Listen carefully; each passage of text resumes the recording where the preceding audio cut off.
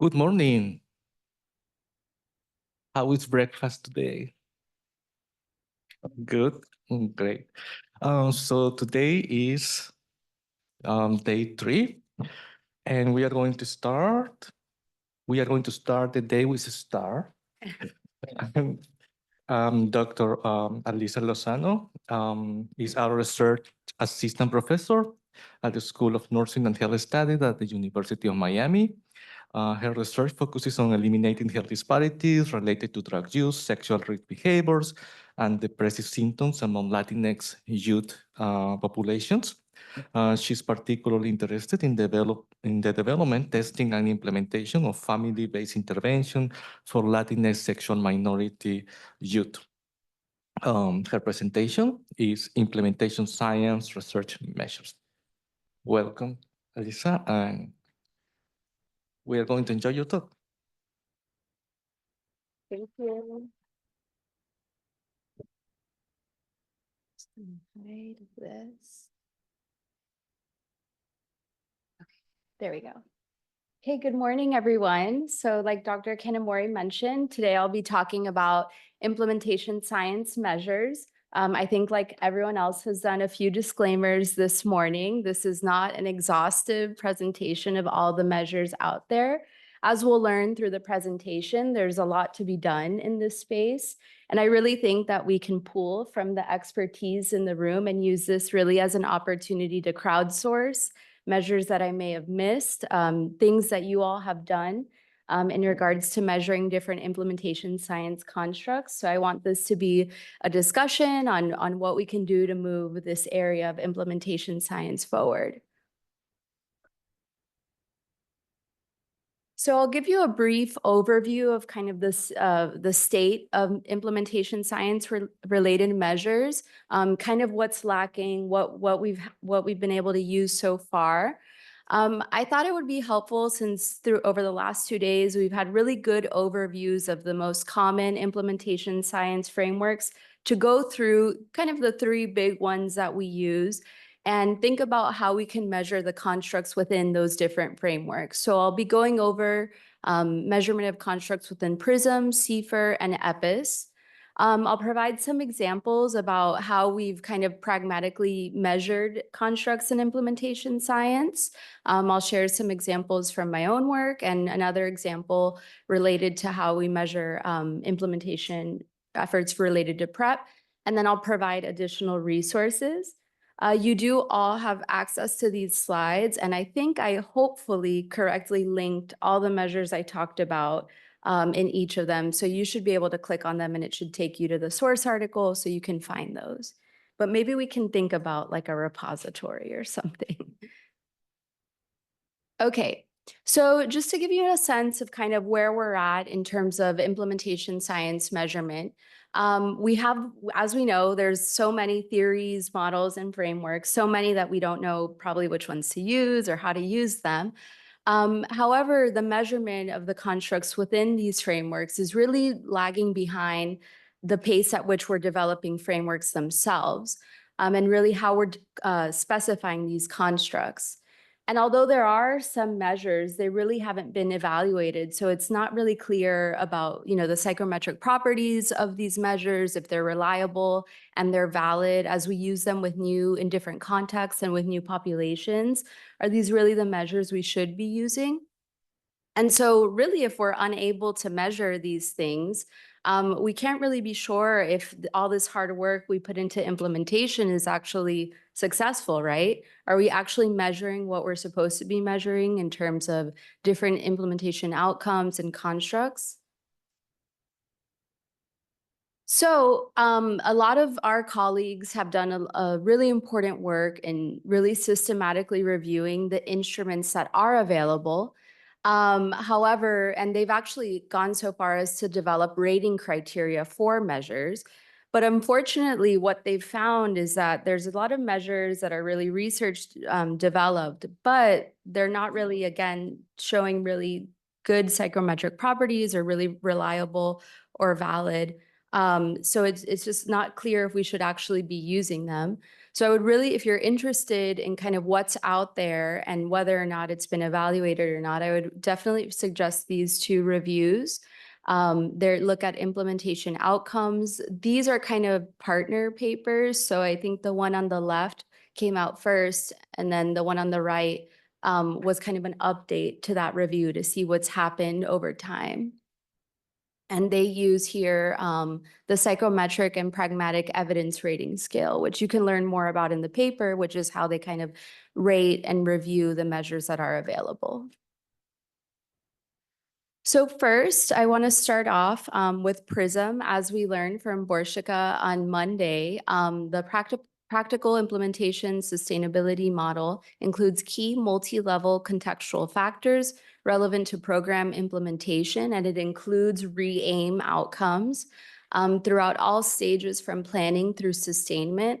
The thing that I really like about PRISM is that it adds contextual factors that interact with an intervention, so things related to program, practice, and policy.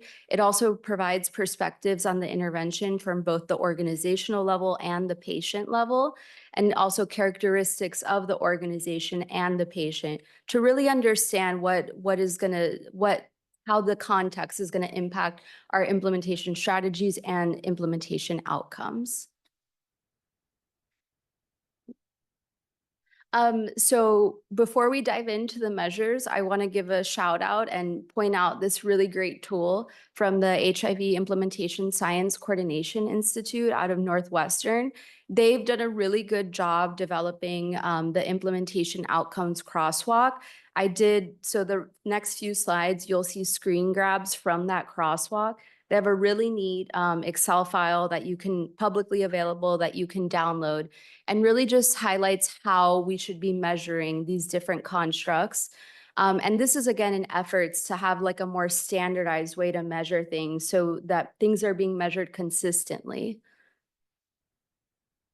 So the first construct that we'll be talking about is reach. And so reach is the absolute number, proportion, and representativeness of individuals who are willing to participate in a given initiative, intervention, and program. So importantly, reach is related to the recipients. So are our recipients, participants, patients, getting the intervention that we've tried to implement? So I want to point out here the three big questions that we should be asking in terms of reach, again, at the patient level. So first, how many potential patients were reached by the clinical or supporting intervention? Next, how representative are the patients who were reached of the population being setting? And finally, how consistent is reach across sites, implementers, and/or strategies? So you can see here that these three big questions are really important when we're thinking about equity, right? So making sure that we're equitably reaching everyone that we want to target with either our implementation strategies or our clinical interventions. So this is important to make sure, across different contexts and settings, making sure reach is kind of the same or where we need to address certain things. So again, pointing to these standard constructs and metrics that we should be consistently using so we can really be comparing things across the same metric. And here, what I really like about this crosswalk is that they provide general considerations and recommended procedures for how these things should be measured. Next, we have effectiveness. So this is related to the impact of an intervention or important outcomes, also including potential negative effects, right? So here we want to know, our overarching question is really how well does the intervention work? They note here that this is important to collect when evidence is not yet established or the intervention population and setting have changed considerably. So this is really important for thinking about if our interventions still work in the same across different settings with different populations. We also want to know about secondary effects, either positive or negative, that the intervention has. If the patients are using the intervention enough to receive clinical benefits, so this is related to adherence, engagement, dosage. And then finally, how consistent are the intervention effects for all patients? Next, we have adoption. So adoption is really, this now is related to more of the implementers. So the absolute number, proportion, and representativeness of settings and intervention agents. So people who are actually delivering the intervention, who are willing to actually initiate a program. So again, this is more at the site and implementer level. And you'll notice here that they'll break up the questions that should be asked at each level. So for the site, we want to know how many potential sites actually adopted the intervention, how quickly did potential sites adopt the intervention, and how representative are the adopting sites of other potential sites in the target health system or community. So this is really getting a sense again of, we may have different sites that have that are, different in terms of what resources they have, how much staff they have. So making sure that there aren't any differential impacts on adoption in that sense. And then related to the implementer, we want to know how many potential implementers adopted the intervention. So again, these are the individuals. How quickly, thinking about, the pace, we've been talking a lot about the pace of implementation and deliberately implementing. And then again, how representative the adopting implementers are.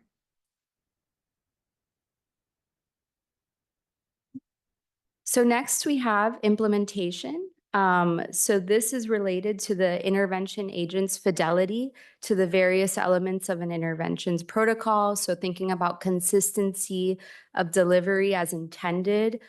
This also looks at the time and the cost of the intervention. This is for the site and implementer level. And then this also considers at the individual level, this will think about the client's actual use of the intervention or intervention strategies. So questions here are related to how closely is the intervention delivered as described, as designed. So this is really thinking about fidelity, right? So are we delivering it as intended, as the developers intended it to be delivered? How closely is the strategy delivered as designed? So this is like more thinking about implementation strategies as opposed to the actual intervention. And again, thinking about the rate or pace of implementation, how quickly is the intervention being delivered to eligible patients? And then finally, cost. How much does it cost to deliver the intervention? So the intervention and its associated strategies. And how consistent is implementation across sites, implementers, or strategies? And finally, the last piece of re-aim, we get to maintenance. So this is thinking about how much a program or intervention is really integrated into the routine organizational practice of the setting or context that we're in. Maintenance, as you can see here, they have it divided up by site and implementer, and then patient. So this also does apply at the individual level, right? So this is more so thinking about the long-term effects of a program after the individual has gone through the intervention or program. Oh, and just some of the questions here. So for site and implementer, is delivery of the intervention strategies being sustained over time? Are fidelity to intervention delivery and the strategies being sustained at acceptable levels over time? And at the patient level, like I mentioned, are intervention effects being sustained over time? And later on, we'll talk about different ways to measure sustainment, because I think this is also a part of maintenance and maintaining an intervention.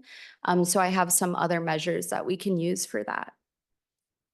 So now, getting to the contextual domain, I kind of alluded to the fact that the nice thing about PRISM is that it kind of accounts for these characteristics that exist at the organizational level and the patient level.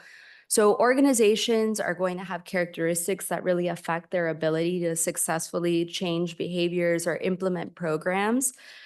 So these really do need to be considered, right? And at different levels. So thinking about at the leadership level, the middle level, manager level, and really about frontline teams. So things related to the organization's financial structure, staff history, culture, climate. These are going to be really important things to look at because they can not only predict an intervention's fit, but also its success, right? So I can give an example later if there's time about some work that we've done with our own ongoing hybrid trial. But some of the, I think, these are measures that we've used a lot in our lab. And so I think these are really good ones at getting a sense of what organizational characteristics and perspectives look like. So first we have the organizational change recipients belief scale. So this really measures acceptability, appropriateness, and feasibility of delivering an EBP or an evidence-based practice by agencies, leaders, staff, and facilitators. So the nice thing is that some of these can really be applied to all levels of staff. But as you'll see in the next one, the implementation leadership scale, this one's really interested in assessing whether staff feel supported by clinical leadership to implement an EBP in their practice. But the nice thing about this measure is you get perspectives from the staff about how they perceive their leader and also questions for the leader as to how they perceive themselves. So it's interesting to see kind of what different ratings are happening, if there's discrepancies or anything like that. Next, we have the evidence-based practice questionnaire. So this questionnaire, I think, is pretty widely used. It looks at willingness to adopt evidence-based practices given, their appeal to the staff, willingness to adopt if it were something that was required, general openness towards new or innovative practices or evidence-based practices in general, and perceived divergence of usual practice with adding in these different evidence-based programs. Finally, not finally, but close to finally, we have the organizational change questionnaire. This focuses on kind of readiness for change and assesses change climate and organizational sources and structures that are available to deal with change.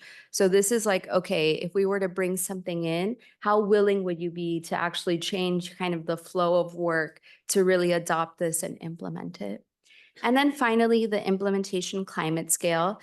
This is a measure of strategic climate for evidence-based practice implementation. It captures 6 dimensions of the organizational context that indicate to employees the extent to which their organization prioritizes the successful implementation of evidence-based practices. Some other related to the different contextual domains within PRISM, they also focus on the implementation and sustainability infrastructure. So I think these are two really great tools. They're called the SUSTAIN tools. So they look at, first you have the program sustainability assessment tool and the clinical sustainability assessment tool. So these can be used to assess the sustainability capacity of your program or a clinical practice to help plan for its future. So I think one thing I'll say about these more contextual ones is like, these are things that we should really be measuring at the beginning, right? So kind of pre-implementation, if you will, to get a sense of kind of what's happening in these settings that we're working with. I didn't put up slides about this, but I can quickly describe how we've used it in our work. We have an ongoing hybrid type 1 trial evaluating the effectiveness of a family-based intervention for the prevention and reduction of mental health and drug use among Hispanic adolescents. It's a step-wedge trial across 18 primary care clinics in South Florida. So what we did for this study is that, as you know, in a hybrid type 1, what kind of questions are we asking? This little quiz from Monday.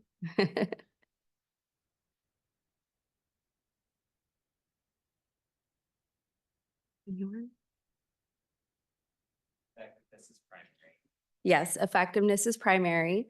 And then we're also interested in implementation, right? But it's not really the main goal of our study. But the implementation questions we did ask, in our case, we asked about implementation climate, and I'll go back here, implementation climate and evidence-based practice attitudes. Those were just 2 of the measures we used. But I took a look at those two because those are interesting to me. And so we were wondering, how does implementation climate vary? So are there different patterns of implementation across different clinic types? So we work with federally qualified healthcare centers, small private clinics, academic setting clinics, and hospital setting clinics. So I wanted to see, okay, first, are there different patterns of climate across these different types of clinics? And we did find that we had like 3 different patterns. I won't get too in the weeds of that. And then we were interested in seeing if this impacted attitudes towards the evidence-based practice. So in the case, the intervention we were implementing in the study. And we had like this really positive climate class. So they had really, good climate about adopting an EBP or implementing an EBP. And that one was associated with more positive attitudes about the intervention. Whereas we kind of had this one group that didn't have a super great climate. And so that one was not really associated with positive attitudes towards the intervention. So that kind of gives us an insight, okay, what types of clinics do we really need to focus on beforehand and come in and say, okay, what can we do to kind of support this climate and really how can we help you in delivering this intervention? And I think when thinking about equity, sometimes we say, oh, we have all these clinics with great positive climate, there's nothing we need to do. But what we can't forget the other ones, right? So there are other groups and other types of clinics that we really need to make sure we're still supporting and not just focusing on, oh yes, these are the characteristics of types of clinics that have good implementation climate. So just a little anecdote there. Before we move on to CFIR, any questions or clarifications, comments of measures that you may have used in the past? Yes. Yeah. Yeah, it's a very pragmatic tool. So if you haven't checked it out, I just want to double down on your recommendation. Yeah, and the link is at the bottom of the slide. But again, if anything was mislinked, please reach out. Okay.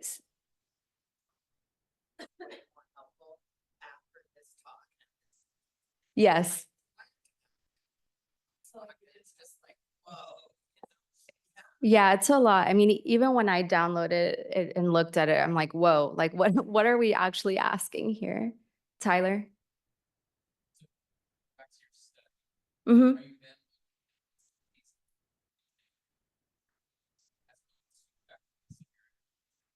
So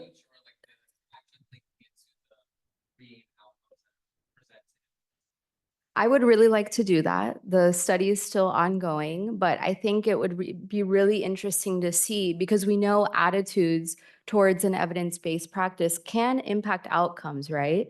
So I'm really interested to see more at the patient level outcomes, but I think that's a great idea, really looking at the different REAIM constructs and seeing how maybe both implementation climate and attitudes impact those different constructs.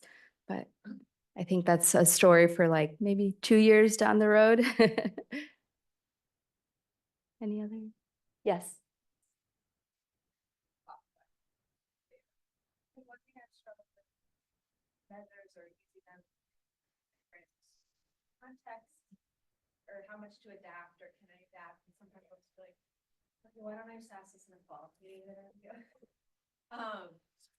some of these things are relevant. So it would be nice maybe at the end hear about how you may or may not have adapted some of these tools, kind of how to be careful with adapting some of these tools, like properties, and some of them are super straightforward. Right. So if I'm doing a study in Kenya, I'm like, I think I can use this sort of as is. I'm talking to my team and collaborating and translating it, but it would be nice to hear some of that. Yeah, because I've struggled with that.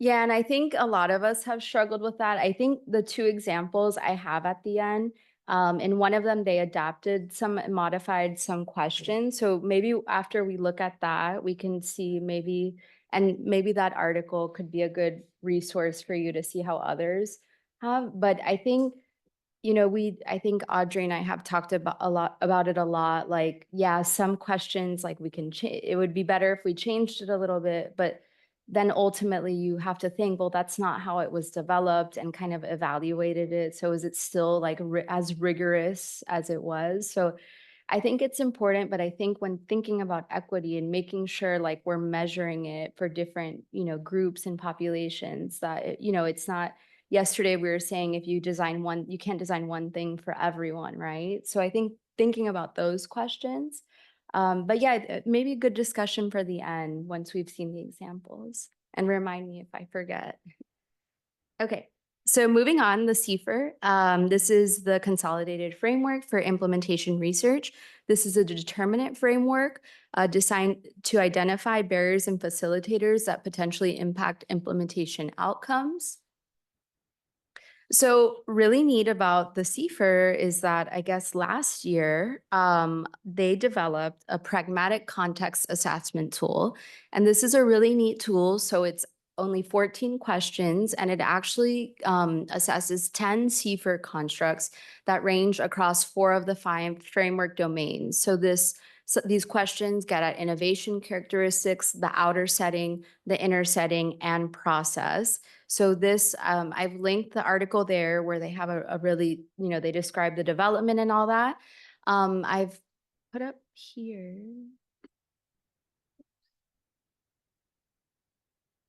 Okay, there we go. So these are actually the questions. So you can't, let me see if I can move this.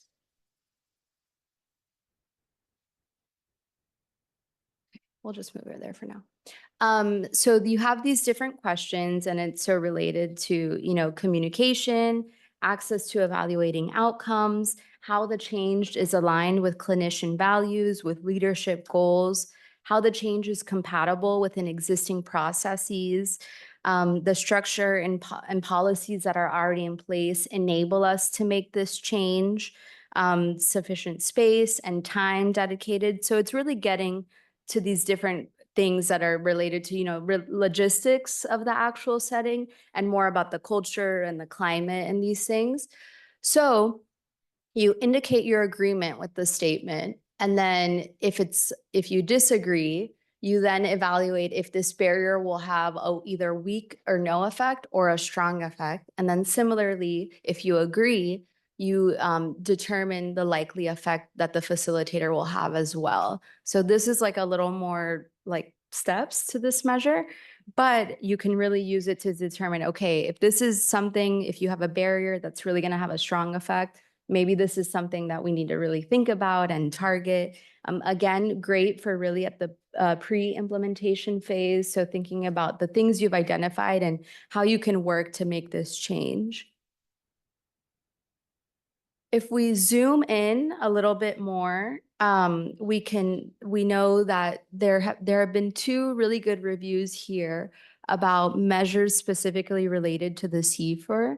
So this is the one on the left is, I think, for the CFR as a whole. The one on the right looks at outer setting constructs. Same story as what we started with, right? Like some are kind of lacking evidence. However, I was able to find measures for the inner setting domain. So this was another paper. And so they were actually able to, here they developed measures, or they talked about measures that had been developed to assess constructs from the inner setting.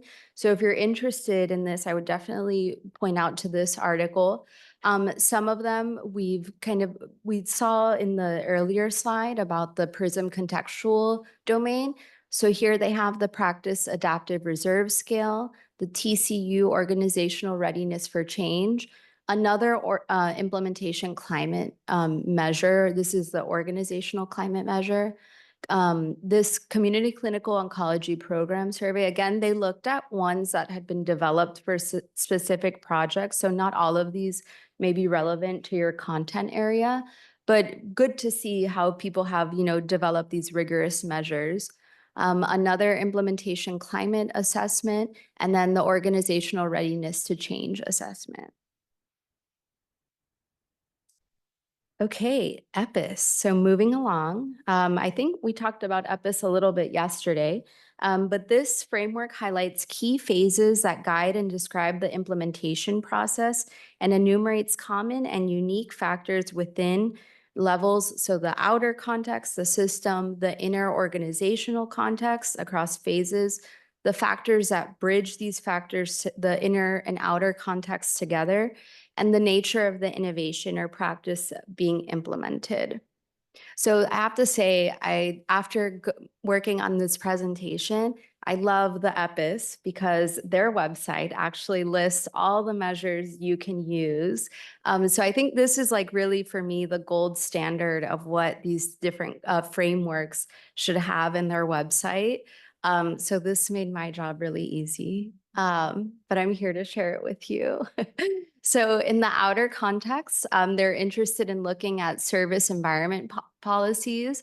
So this is more so related to sustainability. They have information here on the program sustainability tool, the program sustainability index. They also are interested in system level leadership. So here they have the leadership confidence scale of program sustainability index. That's a mouthful. And then finally, program or EBP sustainment. So you'll notice here that some of these constructs we've gotten at with the other frameworks we've discussed. You know, the developers of EPIS have decided that these measures, but I think it's important to keep in mind that there are other measures kind of also getting at these things that we've already discussed.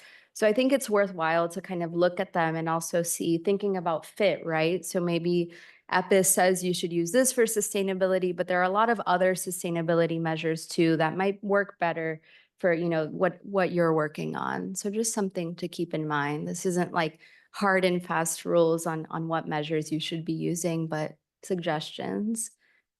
The inner context, they really provided a lot of the ones that we've discussed already. So good to see that there's consistency because again, there's this idea that we have so many things to measure within implementation science, but it's not really standardized. So how can we actually compare and see what's happening if we're using different measures?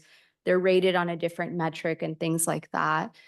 So here for leadership, we see the implementation leadership scale, organizational characteristics. I won't go through all of them, but again, seeing kind of the synergies across also within the EPIS. So you see the sustainability assessment tools and index that we saw for the outer context. Some of these measures were measured in the other frameworks too. We have the bridging factors. So these here they suggest the partnership synergy tool / assessment and collaborative activities and contracting measures. So now I want to shift over to some examples to maybe help wrap our heads around all these different measures that we've gone through. So in this paper is called Examining the Factors Affecting PrEP Implementation Within Community-Based HIV Testing Sites in Florida. This was a mixed methods study applying the CFR. So here they took a look at the 5 domains of the CFR and kind of identified the constructs that were important to them. So you'll note here that in this case for characteristics of individuals, they kind of adapted measures from previous existing scales. So getting to your point, in this case, there was a need to kind of adapt. But I think they did so, the way they did it here, I think it was like rigorous and it worked in their sample, right? So they adapted items from previous PrEP knowledge scales. They also used a 10-item scale on personal beliefs and attitudes related toward PrEP. So I think sometimes for these more individual level characteristics, it's going to be hard to find like a measure that kind of works across different outcomes, right? There are some about PrEP that we know about, but you know, it may look different when you're asking about maybe mental health, uptake of behavioral health services and things like that. Self-efficacy was another kind of domain construct that they looked at within characteristics of individuals. So here they used a composite variable that was derived from a 6-item scale that measured how comfortable participants were with a variety of behaviors related to PrEP implementation with HIV testing sites. So the example here would be discussing PrEP with a client. Next, we focus on the inner setting. So for the structural characteristics here, here I would say maybe one thing, here they were focused on size of organization, if the organization has offices in more than one county, and if what the organization specializes in. I think these are really good for getting like very specific, like nitty-gritty details about a specific site. But here I would maybe say like, I don't think here they use like climate, but climate would be important. I see that in culture, they use the organizational readiness for change assessment. And here they note that they didn't use all the items. They actually used only 5 items that were adapted. So thinking about, doing that intentionally, and again, it may be related to this idea that maybe the whole measure or the way the measure is worded doesn't actually work for the people we're working with. For tension for change, they use the organizational change manager. Compatibility, they kind of pick different items from these 2 different organizational change and organizational readiness measures.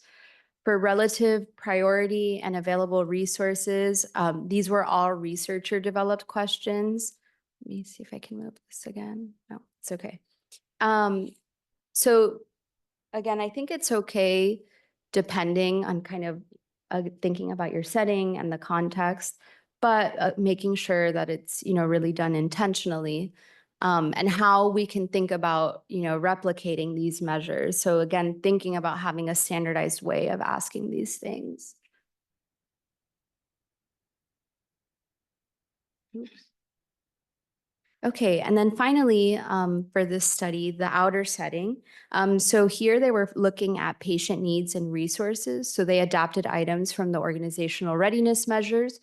Cosmopolitanism, they created items here based on the definition of cosmopolitanism, so knowledge of local clinics or organizations to which they could refer clients if the client was interested in PrEP. And then finally, external policies and incentives, they use the organizational change manager. So any questions about this and kind of the process used here before we move on to the next example? Yes. I'm sorry. It's okay. Looking at this from like a pure equity focus, Mm-hmm. let me kind of back into this. So if I am studying depression, specifically with Black people, Mm-hmm. I am not going to use the CESD. I'm going to use the Ph.D, right? Because the CESD does not fully capture the breadth of depression among Black people. I'm also going to understand that they're not going to rate as high on depression Mm-hmm. as other populations would, right? So taking that into what you just shared with us, are there measures that are better for Black populations versus Latino populations? Has that been explored or examined from an equity perspective? And if so, which ones are the better ones?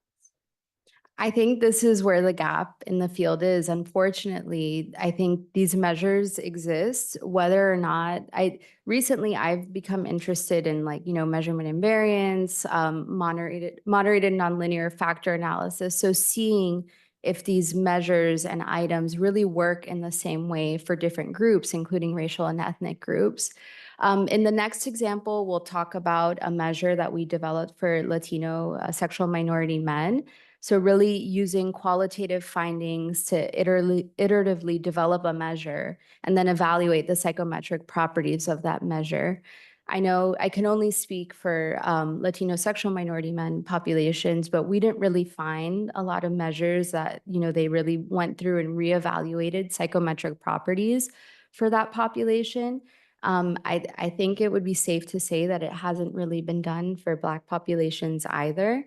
I think this is an opportunity. I think, Audrey and I really thought that this was, as we move forward with this research on this population and just in Miami-Dade, how many people focus on this population, really making sure that we've evaluated the measures in our, in our respective samples.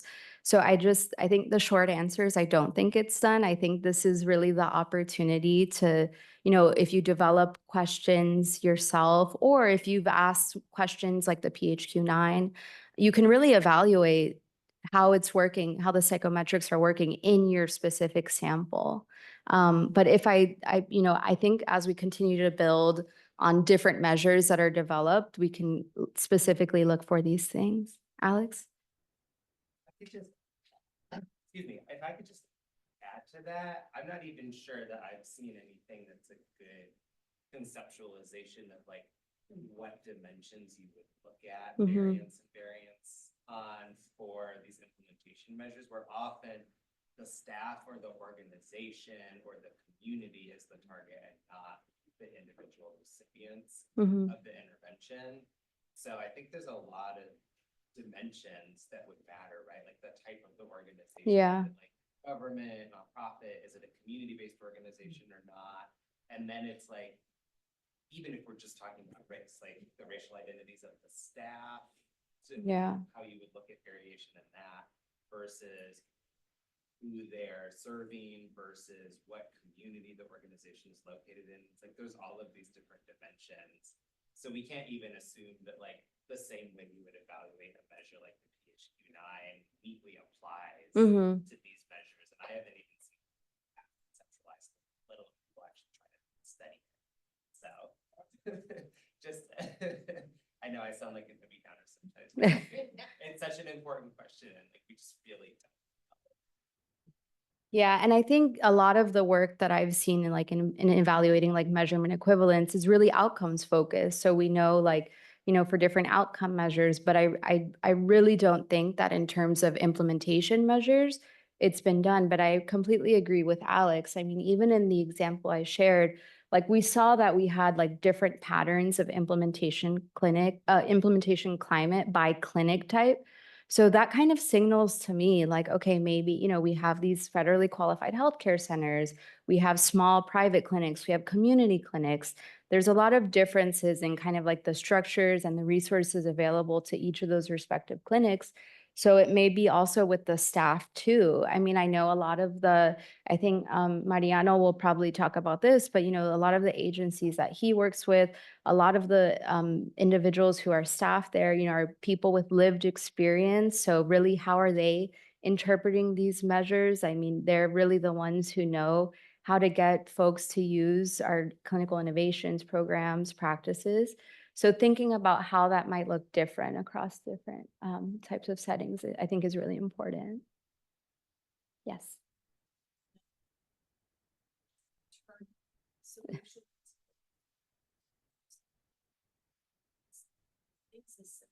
like patients.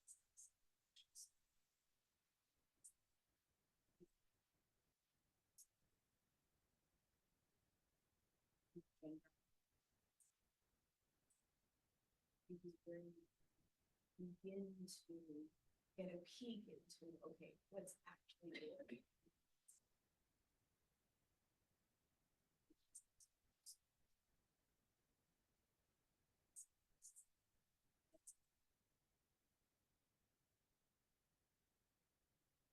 Other thing we've done is if you're giving people a quantitative survey, just putting an open-ended question at the end that says something like, is there anything you want to tell us that you feel like these questions didn't capture? Yeah.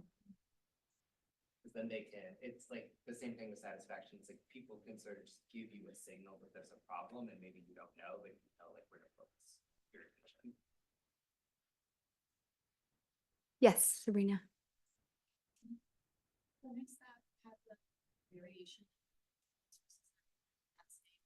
Yeah, different implementation climate, yeah.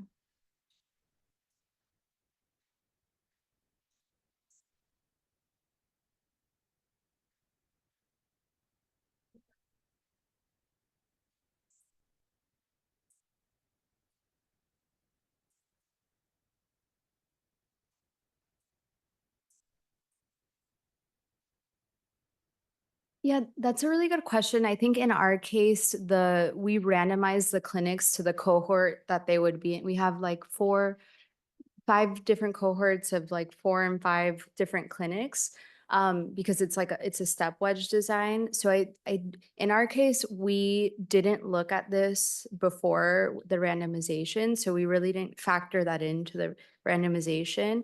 It was really just like pure randomization that we were like, okay, these are the clinics that are going to go first. And as the clinics kind of came in, we would then administer the survey. So I think, to think about for future trials is like way before randomization to kind of have that information already, because we're not going to know who's going to, start first and things like that. Yes. Talk about how, typically for validated measures, you don't change any wording. Mm-hmm. that alters measures a bit. However, for implementation science measures, what I'm noticing is there's such general language of like asking about the change, Mm-hmm. the innovation, the intervention. And it seems to me that language is complex for someone to like remember what they're answering about. And I think those mental gymnastics are an equity issue. Mm-hmm. And so I'm curious for implementation science, what is common practice for adjusting the language to be asking what you're specifically asking?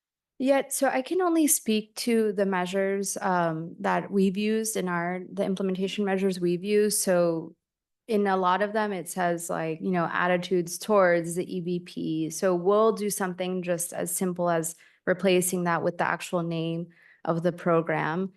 Is that enough? I don't think so. A lot of those questions are, very technical. It's like, what is climate? Like, is someone really going to understand like what that means in an implementation context? I think kind of like on a surface level, making, specifying what is the change.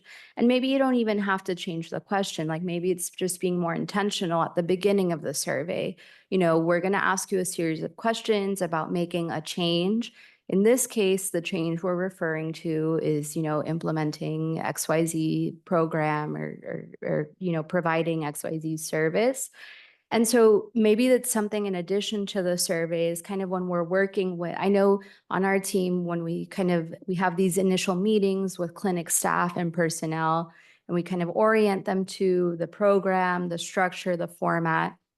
And so maybe it's there. We kind of have this like training and we say, okay, now we want to ask you these questions. And here are the things that we're going to be asking about, and kind of give them more detailed prompts and like guide them through what we're going to be asking about.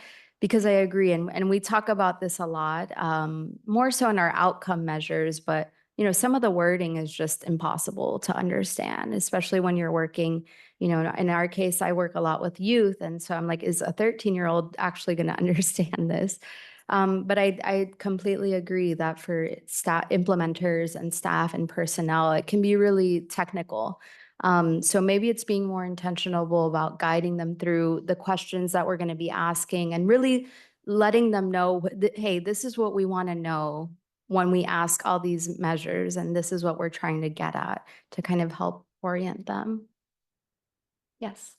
Yeah, one of the other things that we've done with some of these measures, I think that some of the ones that Alyssa presented earlier, some of the measures, is that we've worked with him to adapt some of those measures for our setting, for the organizations that we're working with. And then we're sort of gathering some data as well, whether these measures work after we make.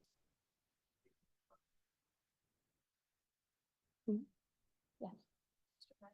Although, again, working like across settings and like all these dimensions, I feel like measurement is a slippery slope too, of like, oh my goodness. And if I'm thinking obviously stuff like a young investigator, I don't know a lot of resources, like, it seems right for some cognitive interviewing. Yeah. Just checking in if you could do it, Mm-hmm. and then guiding based on those cognitive interviews.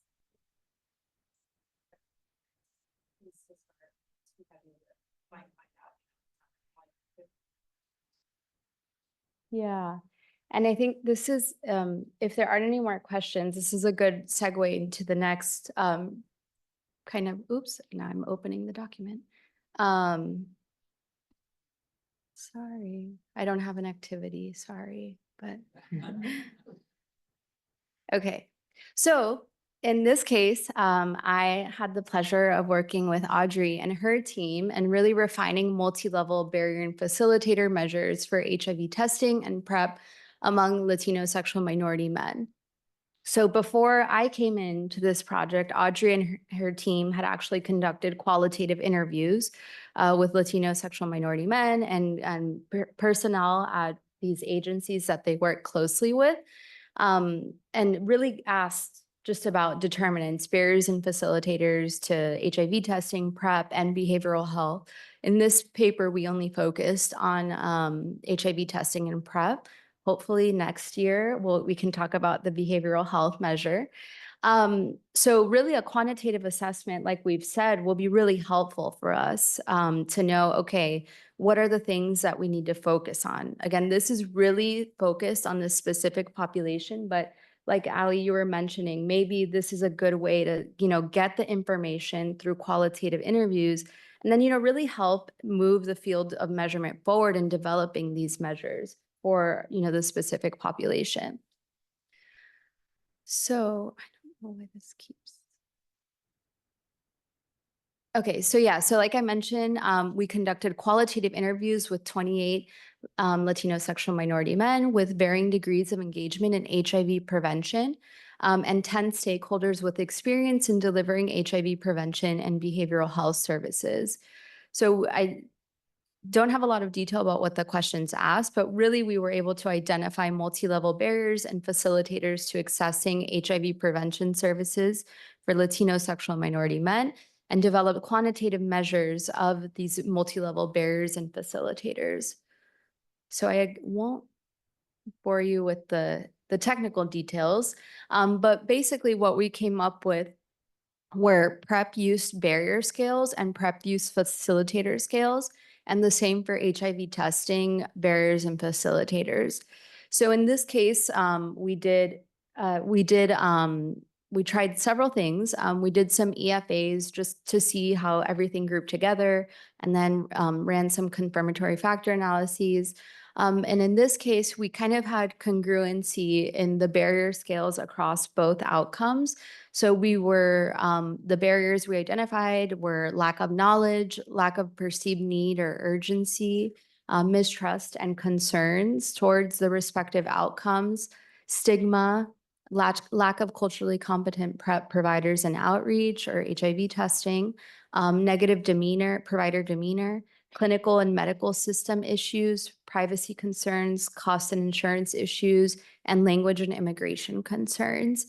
So as you can see, this really gets at all the different levels. So we're looking at, individual factors, interpersonal factors, more macro structural level factors. So this can be really helpful for us. So we can say, okay, what do we need to do, or what kind of strategies do we need to develop based on their needs? Do we need to focus on assuaging concerns towards language or immigration, fears that, participating in or in these programs would affect documentation status and things like that. Provider demeanor and cultural competence, does that mean the way we're training our clinicians and really we learned about cultural humility yesterday. And then in terms of facilitators, we found knowledge, perceived benefits, normalization of the service, cultural competence, navigation support, positive provider demeanor, and affordability as really these different factors that can help identify use and uptake. So to wrap up, I'll just point you to some more measures. I think one that we've been using a lot to get at acceptability, appropriateness, and feasibility. This is a really nice set of measures. They're very short. I think this is a good example of a measure that is like maybe a little too straightforward and we could maybe provide some more context for. Also, the sustainment measurement system is another one that our team uses and was recently developed. And I also put up the link to the website that Borshika shared on Monday, because as she showed, they have a really great repository of measures there. And also she led a paper that points out different resources for D&I research. So I would definitely suggest this. There's some of the ones that we covered today are in there, but there's more resources. I don't know if anyone's a member of the Society for Implementation Research, but they have a really cool repository if you're a member. But yes, that's all. Thank you.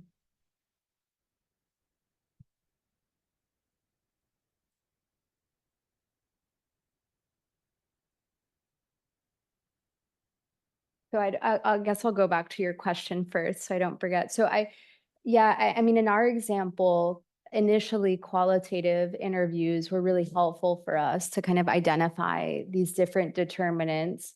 But sometimes that isn't always feasible, is every time we're going into a setting, interviewing people and things like that. But hopefully, like in the process we took now, we have this measure where we can kind of use that as a way to have a better understanding of determinants.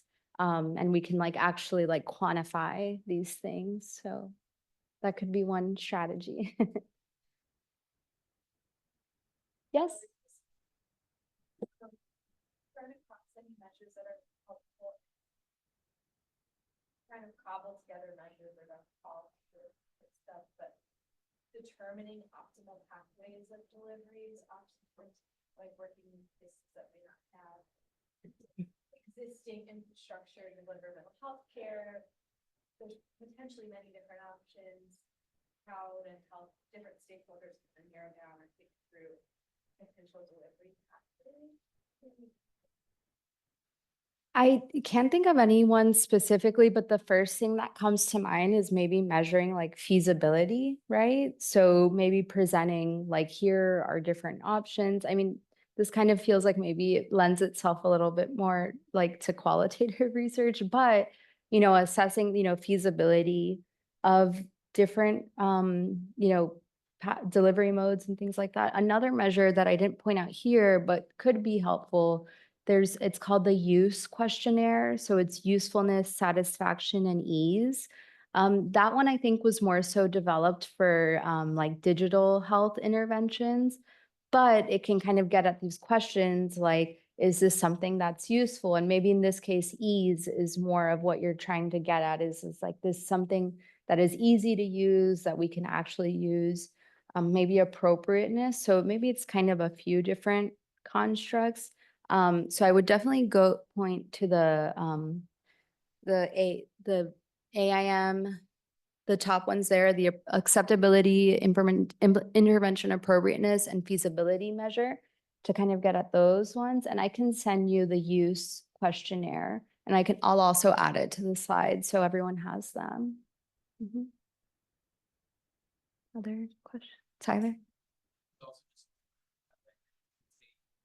measures that might have been developed use them in your studies, even if you're not saying. Yeah. You're not operational. We use this, we're using this during the preparation phase. Backbone of our implementation is based on EPIS. During preparation, we use PCAT to tailor our practice facilitation strategy specifically to each of the contexts. So these measures can be used to tailor your strategy, to assess determinants. So there's high utility in different areas that you want to use it in.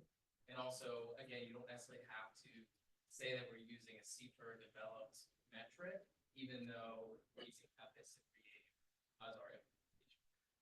Yeah, absolutely. And I think in even some of the examples we saw, there were some measures that were used for the PRISM contextual domain, but we also saw those measures being used for the CPER or in the EPIS. So I think, again, not hard and fast rules about, oh, you have to use this measure if you're looking at this construct for this framework, but it's kind of these different things that are kind of getting at the same thing.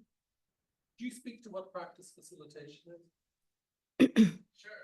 I mean, so JB is a real expert in this. He's a co-I on our department.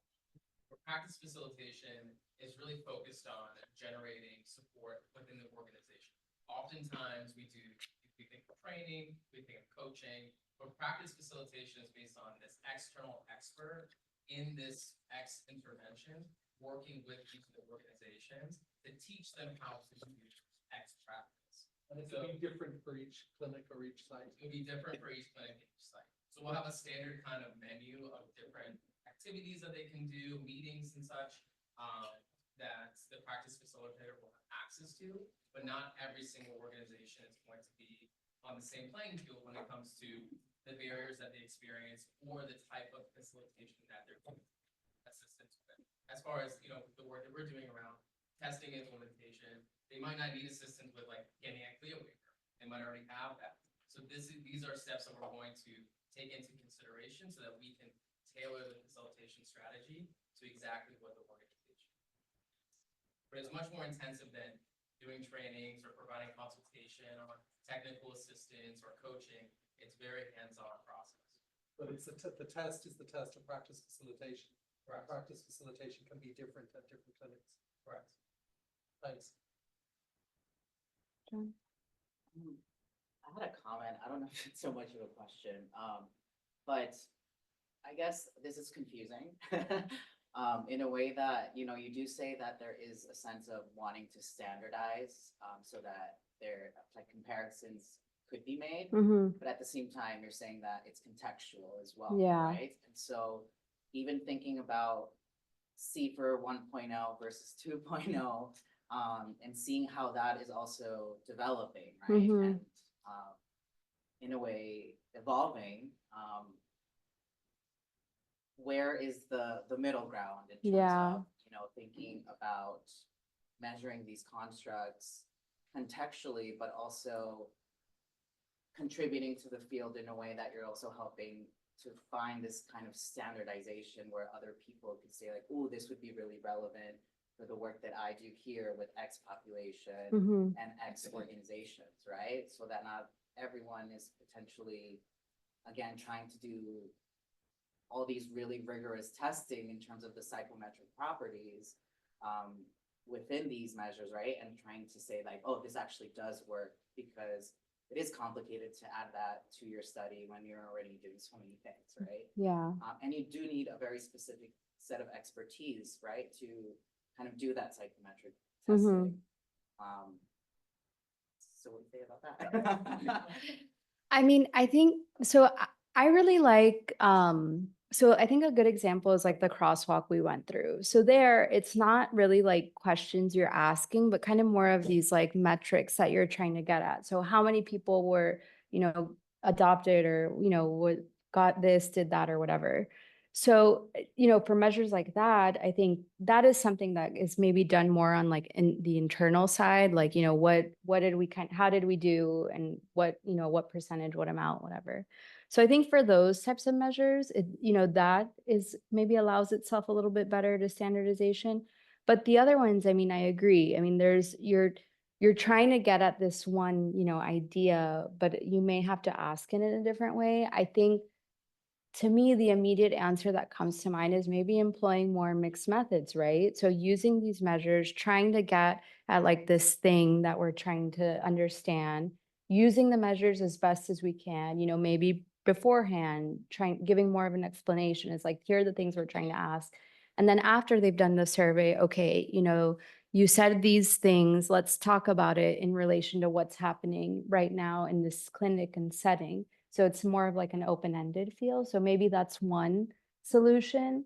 But it's hard. Again, it's this idea of like designing one thing for everyone isn't going to work.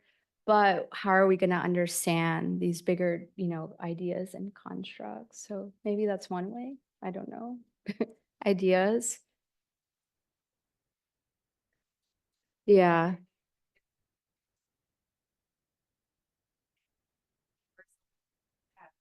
Right. Always right, but it's also, there's ways to just create the dialectic of complex measurement and like know that you're probably not ever going to have it exactly right, but then like I think, for example, with tailored type of measures, like we want to think about not reinventing those over and over again. Mhm. Right? It exists. It's like let's study it. Let's like work with what we have. So and I also echo the expertise component, because I really think that a lot of the nuance is within Mhm. And something else that comes to mind too is like, I know like adaptive measures and testing is really like coming into play. So it's like we use it for mental health. So, you based on how you answered, it's the measure develops an algorithm. Okay, like what other questions do we need to ask? So maybe more adaptive testing for implementation. So it's like, okay, you're answering in this way about climate. So like now we need to know about this way. So that could be another way. But I feel like that could also just introduce more jargon, like that's very technical. Yeah, Oh, one thing, yes. like the ways well, first of all, I like that part because in their supplementary materials, they actually have the actual items. Mhm. And it doesn't say like, it doesn't say like the intervention. Yeah. It says, like place for. Yes. Like, it's, but my point is that it's created to adapt to like what your situation is. Mhm. So I would say also, if you're writing a measure, please put it in your supplementary. Yes. Like we're all doing these things all the time. And I just hate to see us keep repeating the same. Yeah, interview guys do that. Yeah. There are no more questions. Thank you. Oh, yes. No. John, I'm gonna keep on the spot. Can you talk a little bit about our experience adapting those three measures to Spanish and like what the process was with the CAP and whatnot? Do you Hmm. want me to speak to it? I don't think I was as involved as you think I was. That's his first week as a PhD student. Yeah, I mean, like, we were saying these three measures of accessibility, openness, and feasibility. So what we did, and I don't know that we like found the perfect solution, but we translated the three measures, but then we brought it to our CAB, who are all bilingual English and Spanish speaking. And we like went through all of them and just very like over the course of 2 hours for like 3 items, really like debated the ins and outs of like how do you say feasibility in Spanish? Like, and like what is the difference between acceptability and appropriateness really? And so like by the end we had a translation that the group at least agreed on. I don't know that that means it's perfect, but it was a process that I think was worthwhile because we've used those measures over and since then, and I feel more confident in them. Can I just add to that? So now I remember a little bit. So it was a bit, it was interesting because then you bring a lot of your lived experience to these conversations, right? And it's limited because I think there were how many members? 3 to 5 members of the CAB discussing that day for the entire Miami-Dade County in terms of representing Yeah. what we would say the community. Right.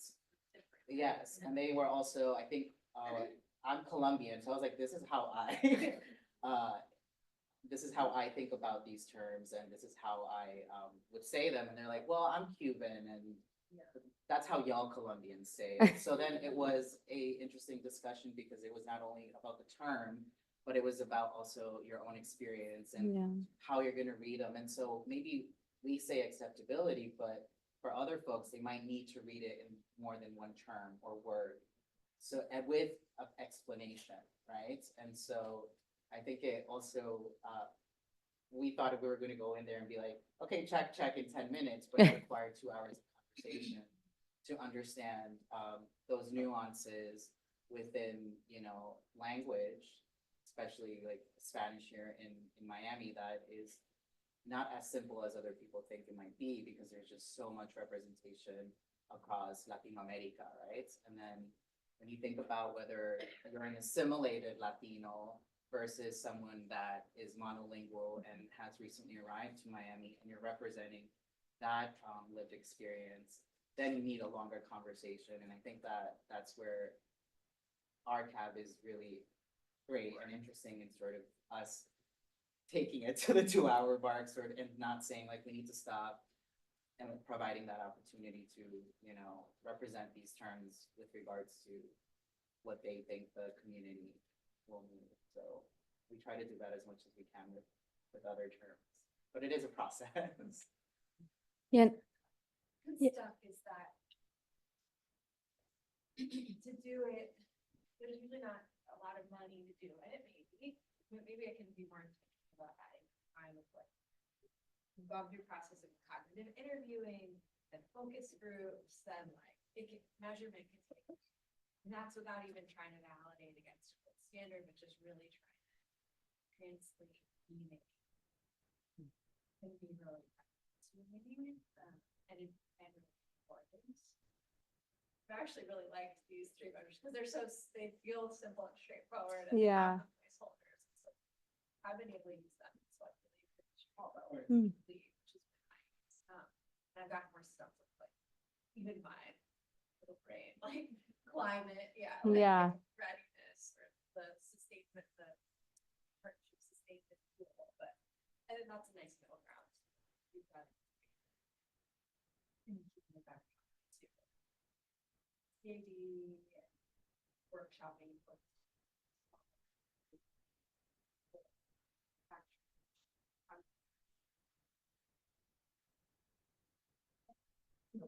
like some Latino cultural values. And sometimes we don't do the translation, we use the Spanish word. And then we, parentheses, we just explain in English. These refer Mhm. to place that Latinos value from the family member or the elderly in the community. So we don't know necessarily define the word, but you can continue using the word.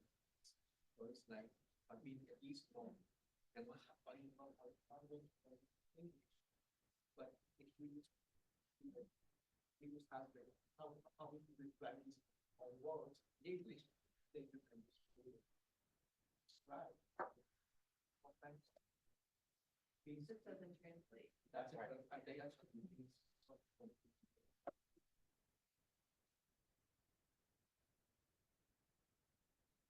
And I think, I mean, going back to the cab, something that I know Nikki and Elliot have done, like for when thinking about what variables to use in their analyses, they've actually gone to the cab and asked, okay, what would be important when we're thinking about, oh, what's related to HIV testing or PrEP use? So that's less kind of in the development phase, but more when you're actually like trying to analyze these things. So I think that's a good way too, is like what kinds of questions will really help us understand a certain phenomena. We use language, also generation. Mm-hmm.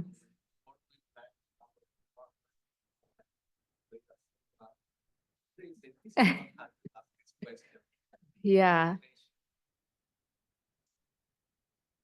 Yeah, I mean, for us, we ask, parents and adolescents, sometimes we ask them the same thing. And the kids are like, oh, yeah, I know what this means. And the parents like, what does this mean? Or vice versa. So it's really making sure that it's also age appropriate too, generationally relevant. I think we've been also struggling, Audrey, with terms like cisgender and Mm, explaining mhm. that in Spanish. Yeah. So I think we're trying. We're actively currently. Yeah, we're struggling currently live. And so that's been also a journey in terms of thinking about, because we would translate it, cisgénero is, the folks would be like, I'm a man, right? So like in terms of gender, Yeah. does cisgender in Spanish, has that been something that people are asked normally, right? And so I think folks have been just responding in a way that they're not responding Yeah. to this question. And so kind of figuring out how these, nuanced terms in English could be translated in a way that it makes sense in Spanish to just, you're just affirming or validating what you answered before, but just in a different way. So how do you actually explain queer, in Spanish or cisgender or, so. I think that becomes even more complicated with languages that especially on the US-based team side, there are no speakers of that language on the team. And so when we're working in Xhosa or Xhosa in South Africa, and then sometimes in Zulu, then sometimes in Shona in Zimbabwe, and like in the United States, when you run through your IRB, you're describing persons who are pregnant as pregnant people, and in every form that we've worked with our team without translating it, they changed it back to women, and it's just trying to understand those nuances and not be offensive, but also recognizing the importance of all genders being included in that group. So I feel like Spanish, I would be so lucky to be working in Spanish. I'm not honoring, but it has been really interesting to work across these language groups, of which I truly have zero understanding and ability to communicate it, and relying on the local team is extra important. But at the same time, I think that loss of that just communication and yeah, it's Take back and forth, right? exactly. Yeah. We came up from Edinburgh, and I think that the concept of non-binary is different there because you see more a larger range of people who, are different, I don't know how we call it, spaces or spectrum. Okay, so then here in the US, so I said, oh my God. So I don't know if I scale from the US would apply that because there's a larger spectrum here. Well, I'm being flagged for time, but I'll be around all the rest of the day and the rest of the week. So happy to continue the conversations, but thank you, everyone.